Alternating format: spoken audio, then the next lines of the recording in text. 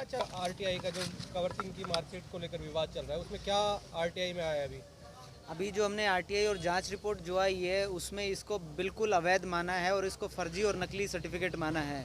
तो जांच रिपोर्ट जो आई है, जो डीसी साहब के माध्यम से एसडीएम को सौंपी गई थी, उससे ये साफ आ गया है कि जो मैं दावा कर रहा था कि ये सर्टिफिकेट नकली है और नकली बोर्ड से है, तो वो मेरा दावा सत्य साबित हो गया है। और कंवर सिंह जी ने धारवाड़ा की जनता के साथ धोखा किया है, उनकी आंखों में धूल झोंकने का काम किया है और लोकतंत्र की हत्या की है उन्होंने।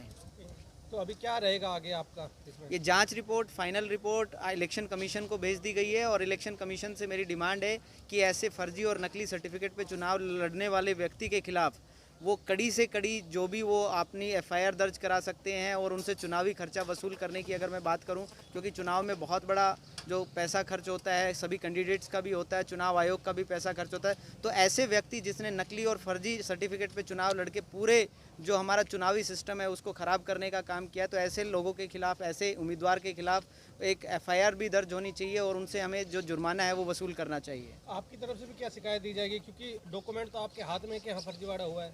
हाँ, फर्जीवाड़ा हुआ है और ऐसे आदमी को मैं तो शुरू से ही बोलता आ रहा हूँ कि इस आदमी ने धारवाड़ा की जनता के साथ फर्जीवाड़ा किया है। नकली सर्टिफिकेट पे इन्होंने चुनाव लड़ा है और वो 10वीं फेल आदमी था, लेकिन जनता को चूंकि असमंजस था और जनता को समझ में नहीं आ रहा था कि कौन सही बोल रहा है और कौन असत्य बोल रहा है।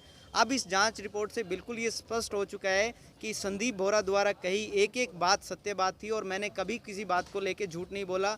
मीडिया की बात लेके हो या मैं अपनी जनता के बीच में रहने की जब उनके बीच में जाके बात करता था, उनको सब सच से अवगत में कराता था कि इस भाई कंवर सिंह ने जो चुनाव में जो अपनी योग्यता, शैक्षणिक योग्यता दिखाई है वो नकली है और फर्जी सर्टिफिकेट उन्होंने लेके चुनाव लड़ा है।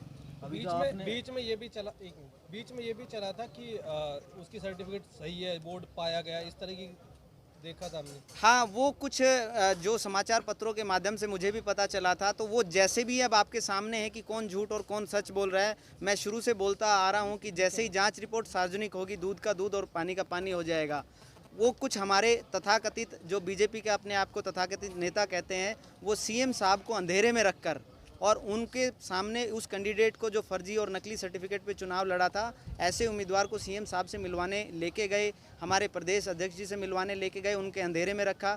तो मैं प्रशासन से और जो हमारे जितने भी नेता हैं, मैं सभी से निवेदन करूंगा कि वो ऐसे तथाकथित फर्जी नेताओं का भी पहचान कर लें, क्योंकि ऐसे ही नेताओं ने हमारे पिछले विधानसभा चुनाव के अंदर भी पार्टी को नुकसान पहुँचाने का काम किया था। ये फर्जी नेता हमेशा पार्टी का नुकसान करते आए हैं। पार्टी को समझने की ज़रूरत है कि इस तरह के नेता हमारी रीति नीति को आगे बढ़ाते नहीं है, बल्कि ये हमारे को कहीं ना कहीं समाज में जो लोगों के दिल में हमारी छवि खराब करते हैं।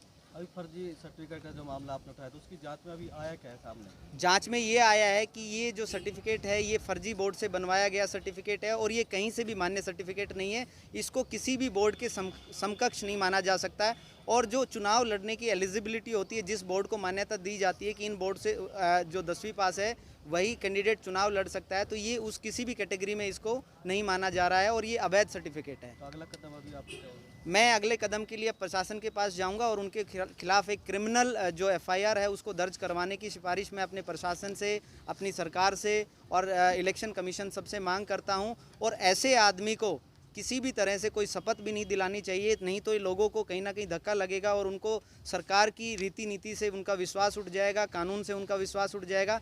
ऐसे लोगों को कहीं ना कहीं कड़ी सज़ा मिलनी चाहिए ताकि ये और लोगों के लिए एग्जाम्पल हो।